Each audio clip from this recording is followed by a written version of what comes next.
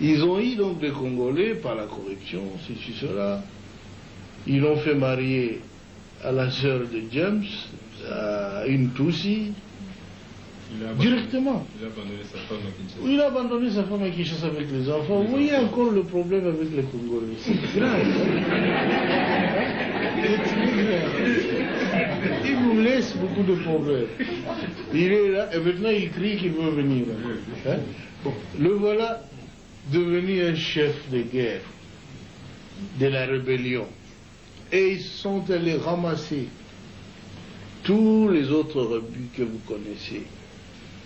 Les Tambo et Mwamba, les Zaïd Ngoma, l'autre est là, Londa Bouloulou, Wamba Diawamba. Et vraiment une kermesse de gens, en tout cas corrompus et inutiles. Pardon, le Bizi Makara, qui était mon ministre des Affaires étrangères, que je croyais congolais.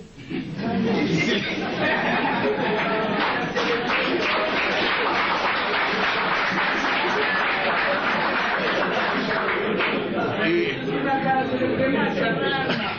à ma très grande surprise, quand j'avais demandé à cette armée de se retirer, et avait déjà fermé des valises, ils disent, leur armée se retire, ils se sentent en insécurité. Je dis, mais non, votre armée reste. C'est l'armée rwandaise qui se retire. C'est pas la vôtre. Mais ils ont disparu. Et j'ai compris qu'ils n'étaient pas congolais alors. Parce que l'armée qui s'est retirée était rwandaise. Ah oui. Un ministre congolais, un ministre d'État a disparu. Un ministre des Affaires étrangères a disparu. J'ai dit, nous étions infiltrés alors. Infiltrés au sommet de l'État.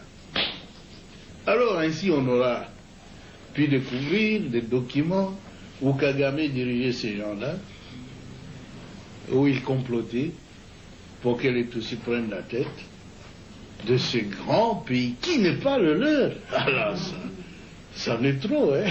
Ce pays ne leur appartient pas. Ils veulent en prendre la tête. Quoi?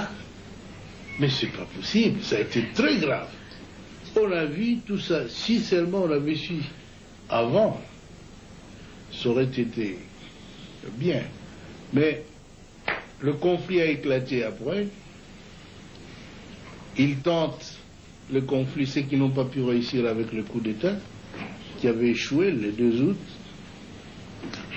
Et maintenant, je le vois en train d'échouer encore.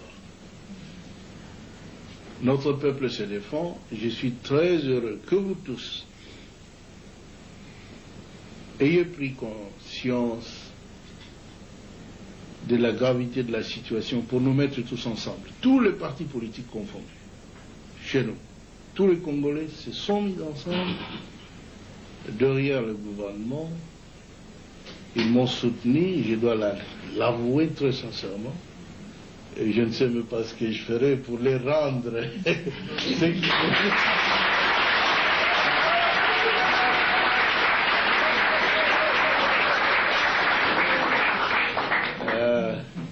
Mais ce que je dois vous assurer, c'est que je suis un soldat du peuple et je ferai mon devoir jusqu'à mon dernier jour. Je veux que mon pays soit totalement libre et en tout cas un pays moderne qui se développe, où sur le plan social, nos villages doivent être transformés. Parce que tout le monde